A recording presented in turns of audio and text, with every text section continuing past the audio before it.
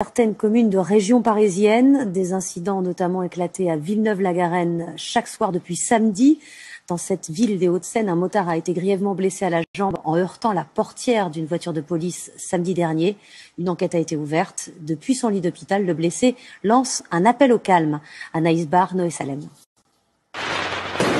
Des tirs de mortier d'artifice en pleine rue. Soirée sous tension la nuit dernière à Villeneuve-la-Garenne, entre certains habitants et les forces de l'ordre. Même tir de feu d'artifice à Gennevilliers et dans plusieurs quartiers de la région parisienne. Cette nuit, 9 personnes ont été interpellées en Île-de-France. Depuis 3 jours, affrontement direct et pour l'instant sans blessés. À l'origine de ces violences, cet incident samedi soir.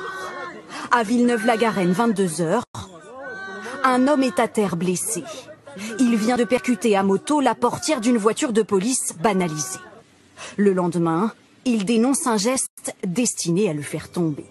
Aujourd'hui hospitalisé, l'homme lance ce soir un appel au calme. J'ai appris qu'il y avait des cassages, vous avez cassé des voitures, brûlé des voitures. Je vous demande de rentrer chez vous, vous calmer, la justice, ce sera bien fait. Il a porté plainte pour violence aggravée avec arme. L'IGPN est saisi de l'affaire. Je vois mon client sur la voie de circulation opposée de l'autre côté passer dans un sens, faire demi-tour derrière eux et revenir vers eux. Ce qui veut dire qu'ils ont allé, j'ai pas le timing, mais au moins 15 secondes pour réfléchir à la meilleure manière de contrôler ce garçon. Contrôle légitime, pas de casque au-dessus de la limite de vitesse, il le reconnaît. À quel moment est-ce que, avec 15 secondes de réflexion, les policiers décident d'ouvrir la portière au dernier moment, au moment où mon client est en train de dépasser le véhicule? Selon les policiers, c'est accidentellement que le motard a percuté le véhicule au moment où ils ouvraient la portière pour le contrôler.